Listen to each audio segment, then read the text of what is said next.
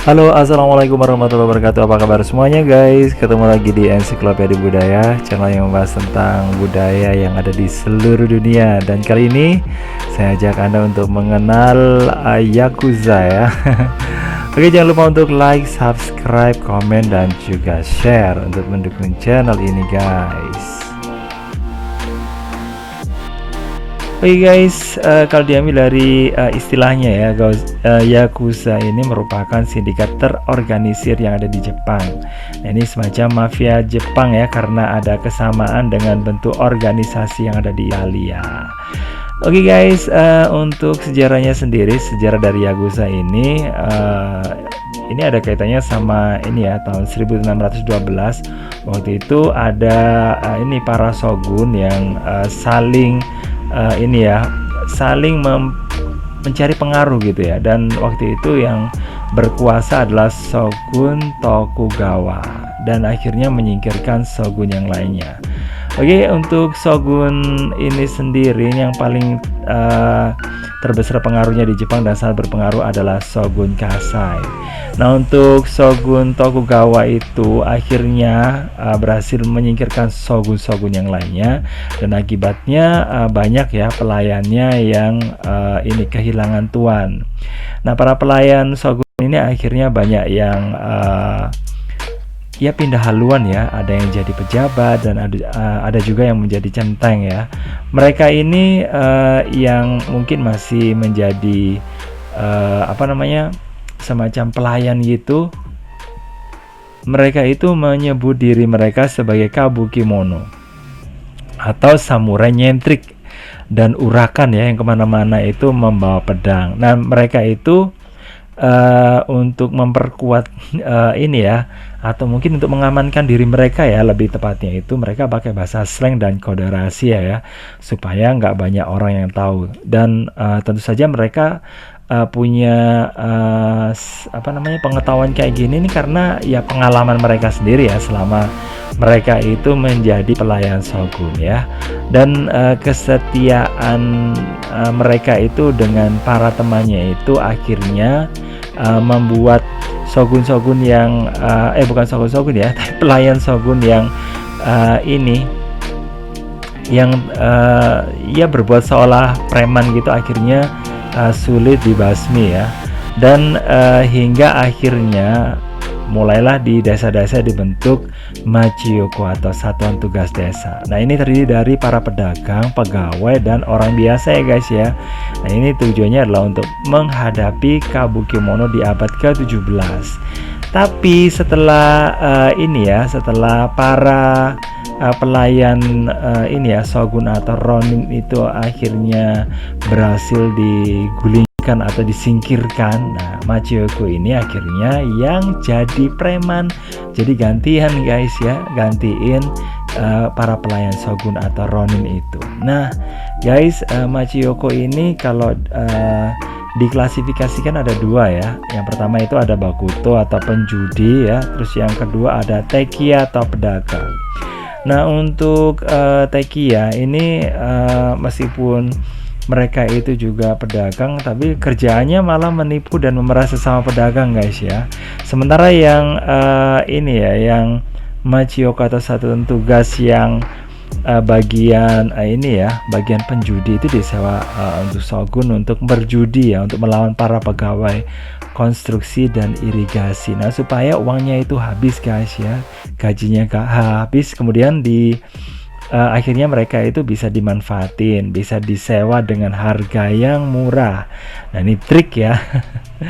Oke, di zaman modern Yakuza ini akhirnya direkrut oleh pemerintah ya, dalam aksi pendudukan di Manchuria dan Tiongkok di tahun 1930-an ya.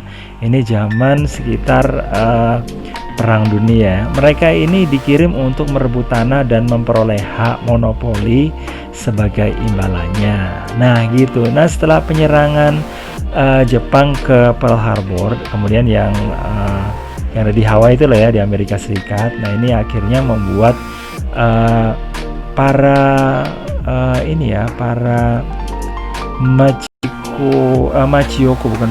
Machiyoko ini akhirnya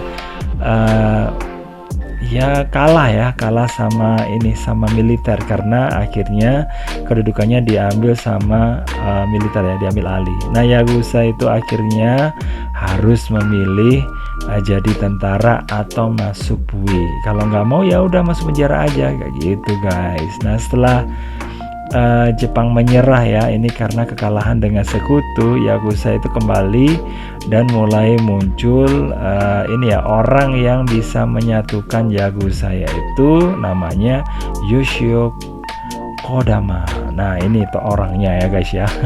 Di tahun 1958 sampai 1963. Nah, di bawah kepemimpinannya itu anggotanya mencapai 184.000 lebih. Nah, banyak ya. Ini lebih banyak daripada Angkatan Darat Jepang waktu itu, dan sekarang diperkirakan memang sudah turun tajam, tapi cukup berbahaya. Nah, tahun 1980, nah ini ada ini ya, Yakuza yang udah masuk ke Amerika Serikat guys. Nah, di Jepang sendiri Yakuza diperkirakan ikut berperan dalam anjloknya ekonomi Jepang. Nah, jadi seperti itu. Memang ini ya, kalau dibilang menguntungkan juga kayaknya ada yang iya, ada yang enggak juga ya. Jadi Yakuza itu tergantung dari siapa yang memanfaatkan gitu guys. Oke guys, fakta-fakta tentang Yakuza. Ada ternyata juga sejumlah pejabat dan politikus yang masuk ke jaringan Yakuza di Jepang ya, dan mereka mungkin terlibat karena mereka memanfaatkan Yakuza ini untuk kepentingan mereka sendiri. Nah, untuk masuk menjadi seorang Yakuza ini ada tesnya ya. Tesnya apa? Tesnya itu ada perpeloncoan gitu ya, jadi ada semacam tes untuk supaya mereka itu bisa ini ya, percaya diri mungkin kayak kalau kan nggak gitu. Terus kemudian ada tes tertulis ya guys ya, yang kira-kira ada 12 halaman gitu ya. Jadi mereka kayak ujian gitu ya. Jadi mereka itu tidak boleh hanya main kekuatan saja, tapi juga harus cerdas. Oke guys, icon yang terkenal seperti yang bisa Anda lihat ya, itu adalah tato. Nah, metodenya itu tradisional Jepang ya, irezumi, dan motifnya itu terutama naga, kemudian pegunungan dan perempuan. Oh ya, Yakuza juga ada yang perempuan loh guys ya, terutama anak-anak dari Yakuza terdulu atau mungkin keturunannya. Nah, untuk tato sendiri, nah ini dilarang sama pemerintah ya. Maksudnya dilarang untuk para pegawai pemerintahnya. Oke, terus kemudian Yubitsume ini merupakan memotong bagian dari tubuh atau kelingking kiri. Ini merupakan yang dilakukan sama Yakuza mungkin untuk menunjukkan bahwa dirinya itu setia gitu kali ya. Dan yang unik lagi itu guys ya, ada majalah untuk anggota Yakuza ya. Nah, ini tahun 2013 majalahnya itu terbit sekitar 28.000 ya untuk anggotanya. Terus kemudian artikelnya itu apa sih? Nah, isinya adalah pengalaman para Yakuza. Terus tujuannya apa dibuat majalah itu?